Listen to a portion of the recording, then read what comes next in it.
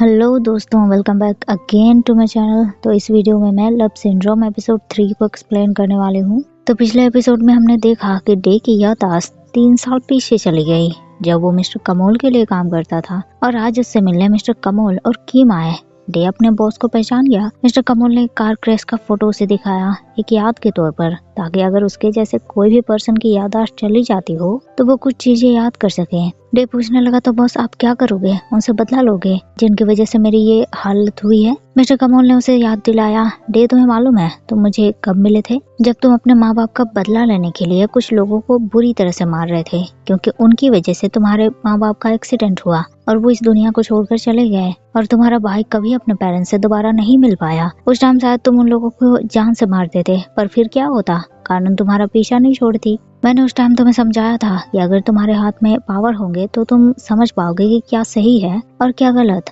उस दिन से तुमने मेरे साथ काम करना शुरू किया और मेरे सबसे वफादार आदमी बनकर रहे। डे को ये सब बातें याद थी, लेकिन वो मिस्टर कमोल के साथ किम को देखकर हैरान हो गया, क्योंकि डे की यादों के हिसाब से तो उस टाइम मिस्टर कमोल और किम एक दूसरे से मिले ही नहीं थे। किम ने उसे बताया, डे मिस्टर कमोल और मैं टुगेदर हैं, माय सोलमेट। तुम्हें याद है तुम और मैं कब अलग हुए? पहले हम साथ थे, पर तुमने मुझे कभी अपने बॉयफ्रेंड की तरह नहीं माना। मैं तुमसे बस प्यार करता था और इसीलिए एक वॉच गिफ्ट किया था मैंने तुम्हें। वो हमारी 3 मंथ की एनिवर्सरी गिफ्ट थी, पर तुमने वो नाइट के ट्यूशन फी के लिए बेच दी। मुझे इस बात से बहुत गुस्सा आ गया। मैं जानता था कि तुमने सही किया, पर तुम्हें वो घड़ी नहीं बेचनी चाहिए थी। फिर हमारे बीच बहस हुई। तुमने मुझे क्लियर बोल दिया कि तुम मुझसे कभी प्यार नहीं कर सकते, क्योंकि तुम मेरे लिए वैसा फील ही नहीं करते, और प्यार के बाद तो तुम सिर्फ अपने भाई नाइट को प्यार करते हो। और फिर कॉलेज की फेयरवेल पार्टी के दिन तुमने मुझे अपने बॉयफ्रेंड के बारे में बताया। मुझे तुम पर उस टाइम और गुस्सा आ गया था और एक चाटा तुम्हें लगाया हुआ था मैंने। तुमने मुझसे माफी मांगा कि तुम मेरा प्यार नहीं बन पाया और उस घड़ी को भी बेचा, और फिर मेरे गुड फ्रेंड बनकर रहने की बात की।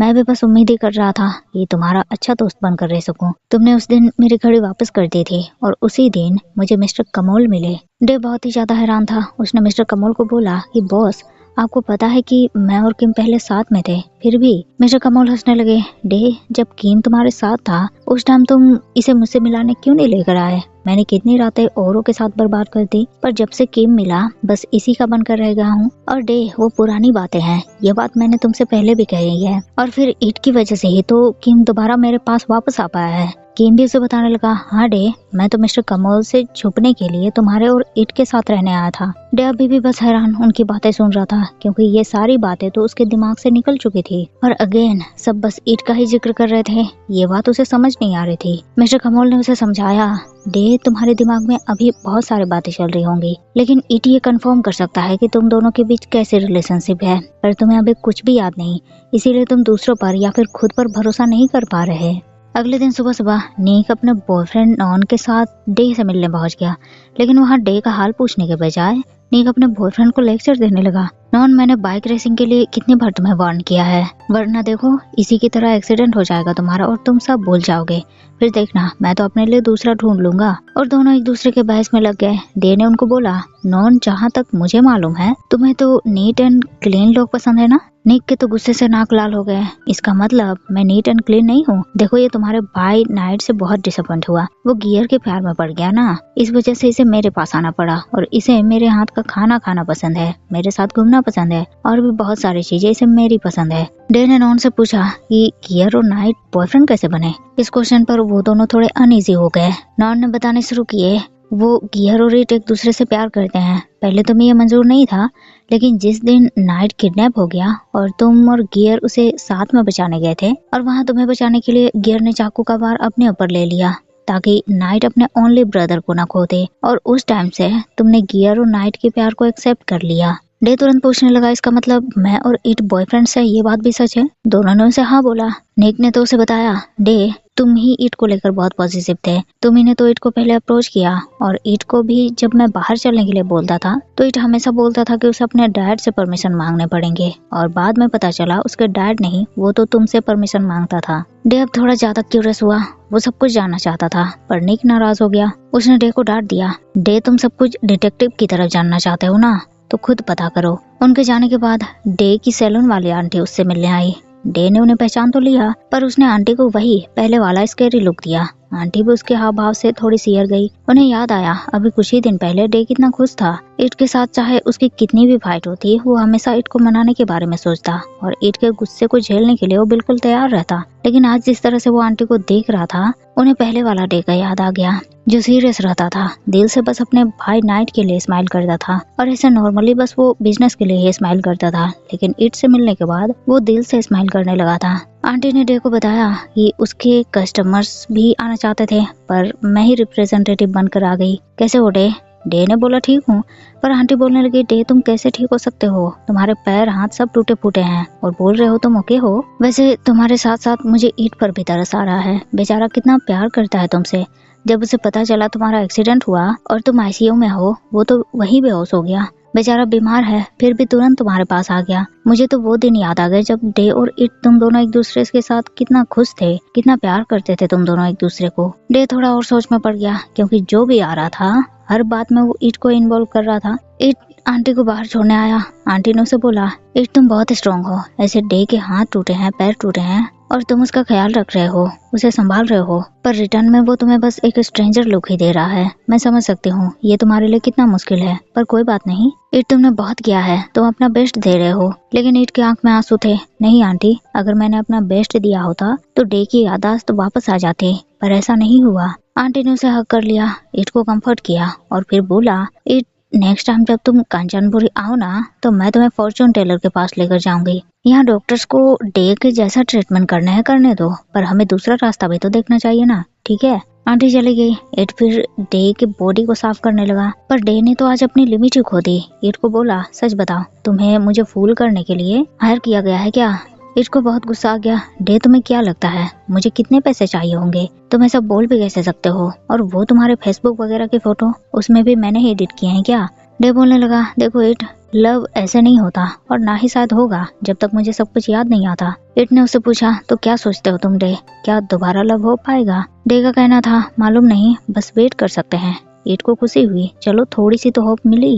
ईट का फिर फोन बजा। ईट तुरंत बाहर बात करने के लिए जाने लगा, पर डे ने उसे रोका, पूछा कि कॉल किसका है और वो यहाँ उसके सामने बात क्यों नहीं कर रहा। ईट ने उसे बोला, मैं बस तुम्हें डिस्टर्ब नहीं करना चाहता था और कोई बात थोड़ी है। डे ने उसे कॉल रिसीव करने के लिए बोला। कॉल रिसीव करते उधर से एक पर्सन की आवाज आई। वो ईट का हाल पूछने लगा, फिर डे का हाल पूछा उसने, तो फोन के उस तरफ वाले शख्स का नाम है बॉल, डे का नंबर 1 लव राइवल। उसे लगता है ये बॉल ईट को उससे छीन लेगा, इसीलिए वो बॉल को बिल्कुल पसंद नहीं करता। ईट भी इस बात से बहुत अच्छी तरह से वाकिफ है, इसीलिए वो भी डे के सामने बॉल के क्लोज नहीं जाता और डे के लिए बॉल से मिलने को भी मना कर देता है। पर अब भले ही डे को बॉल याद नहीं, पर मन के कोने में जो जेलस वाली फीलिंग्स है वो थोड़े थोड़े अभी भी है। नेक्स्ट डे ईट अपने डैड की तरफ से डे के लिए कुछ फ्रूट्स लेकर आया और डे के लुक देखकर ईट ने उसे डिटेल्स में बता दिया, डे ऐसे लुक मत दो, तुम मेरे पापा के गैराज को संभालते हो, उनके लिए काम करते हो, इसीलिए उन्होंने भिजवाए हैं। डे ने फिर बॉल के बारे में पूछा। ईट ने उसे बताया, आज वो आने वाला है तुमसे मिलने। डे नाराज,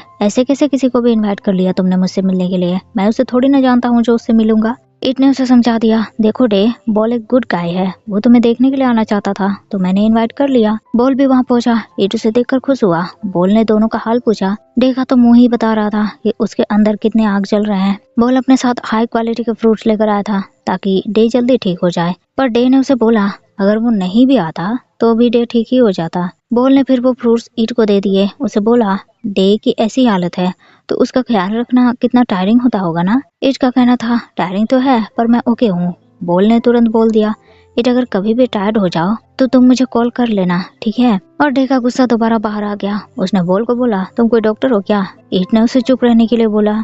नाइट और गियर भी हॉस्पिटल पहुंचे और बॉल को वहां देखकर उनके दिमाग में खुरापात आया। नाइट ने बॉल को ईट के साथ लंच पर जाने के लिए बोला और डे की बात तो वो डे का ख्याल रखेगा। डे ने तुरंत इस बात पर क्वेश्चन कर दिया, ईट क्यों जाएगा उसके साथ? नाइट या फिर गियर क्यों नहीं जाता? गियर ने बोल दिया, मुझे तो अपने बॉयफ्रेंड के साथ ही जाना है, अगर ये सही नहीं लग रहा तो डे ऐसा करते हैं, बॉल तुम्हारा ख्याल रखने के लिए यहाँ रुक जाता है।